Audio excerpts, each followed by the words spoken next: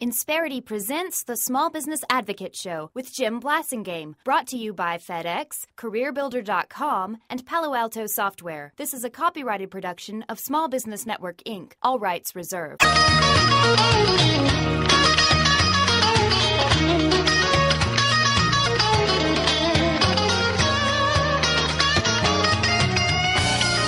That's my favorite blues man, Robert Cray, bringing us back.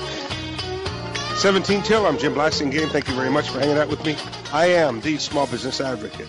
I hope you check out my website, smallbusinessadvocate.com. Lots of stuff there that will help you with your small business. I'm having a great visit with our good friend Terry Jorde. She's Senior Executive Vice President and Chief of Staff at the Independent Community Bankers of America, ICBA.org. I encourage you to go there and check out, see what they've got going on, and find out some of the things that the independent banks are up against. Terry, thanks again for hanging out with us. The thing that I really, when I talk about banks and small businesses, I really think that the describing the landscape is, you got to say, to me, you got to say Wall Street and Main Street. That's what I say. Wall Street and Main Street. And community banks are on Main Street with small business owners. Big banks are, basically, even though they may not be centered on Wall Street, they're all publicly traded. They all are beholden to Wall Street. And it seems to me, Terry, that Wall Street and Main Street are becoming sort of, mutually exclusive, because look at the stock market. The Main Street is still struggling just to keep itself out of a recession, and Wall Street's hitting new records. Well, they're completely different industries. Jim, let me give you a couple of numbers.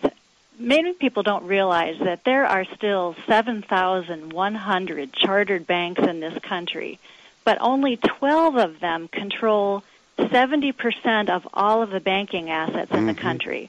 If you think about that, there is so much power in the hands of 12 bank CEOs to control 70% of all of the nation's assets, and that's really dangerous. And I'll tell you why. Especially when we've got this attitude of too big to fail. Absolutely, the banks are too big to fail. Among the government and the regulators.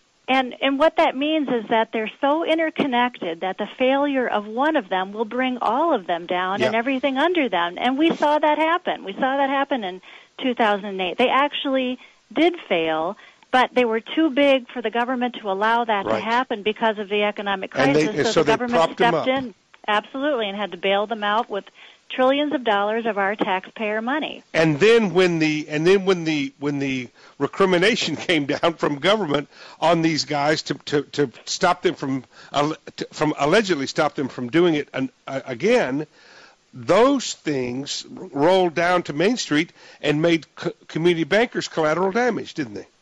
Well, sure, because, that's why laws and regulations are passed, is to prevent, the bad actors from continuing to do the bad things. So they pass the regulations, and all of that filters down to the entire industry, and people like me who just went to work every day and unlocked the door and tried to serve my community got, boggled down with all of this regulation, and as a result, it's making it very difficult for community banks to even, be able to cover all of those expenses of regulation and serve their communities at the same time. It's got to stop. And folks, let me put some of this in perspective for you.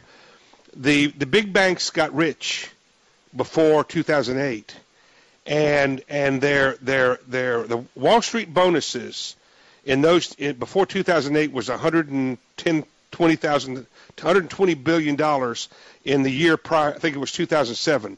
In 2009, those numbers went down, but not by much. By 2010, those bonus numbers were back up to record levels, above $130 billion bonuses for the year. Meanwhile, out on Main Street, the regulations that have been imposed on banks, that have also been imposed on community banks, have squeezed the profit margin of the local banks to the point where if I wanted to start a new bank right now, I probably wouldn't, because I couldn't sustain the bank with those kind of profit margins. No, absolutely. I mean, regulations have a disproportionate impact on community banks, and certainly need regulation, but it has to be proportionate to the size of the bank. If you look at a bank holding company like Citicorp with 3,500 subsidiaries in 93 countries, they shouldn't have the same, or at least, my bank with 2 branches shouldn't have had the same regulations as Citicorp with 3,500 non-bank subsidiaries all over the world. Right, It just doesn't make sense. It's ridiculous. Exactly. Well, the other thing that I think is important to point out, there are hundreds of counties, over 600 counties in the United States that are served only by community banks. Yes, so that's exactly right. If you start causing community banks to not be able to provide those services, or the consolidation gets so bad and there are no new community banks, you could have a lot of Main Street folks not have access to any local bank installation. Yes, that was part of the FDIC study, that they determined that even though community banks may not have a huge percentage of the total assets, they are in places where they are not being served by these great big mega banks. That's right. That's exactly right. And I'm talking about, folks, I keep coming back to Main Street America. Main Street America is not necessarily downtown Atlanta, New York, Chicago, Dallas. Main Street America is out where the caution lights are and the four-way stops are. That's Main Street America, and that's where small business is, the millions of small businesses. Terry, give us the website again, please. Excuse me? Your website? Oh, ICBA.org. Check it out, folks. We come back. I heard a term when I was at the ICBA convention that I had never heard before. I've heard of too big to manage, too cumbersome to regulate, too big to fail. I'd never heard too big to jail. We'll come back. I'm going to ask Terry what that means. 10 till the hour. Terry Jorde's our guest. She's with the Independent Community Bankers of America. I'm Jim Blasingame. I'm with you. Insperity presents the Small Business Advocate Show with Jim Blasingame, brought to you by FedEx, CareerBuilder.com, and Palo Alto Software. This is a copyrighted production of Small Business Network, Inc., intended for the private use of our audience. Except as otherwise provided by copyright law, all other copying, redistribution, or publication without prior written consent is prohibited. All rights reserved.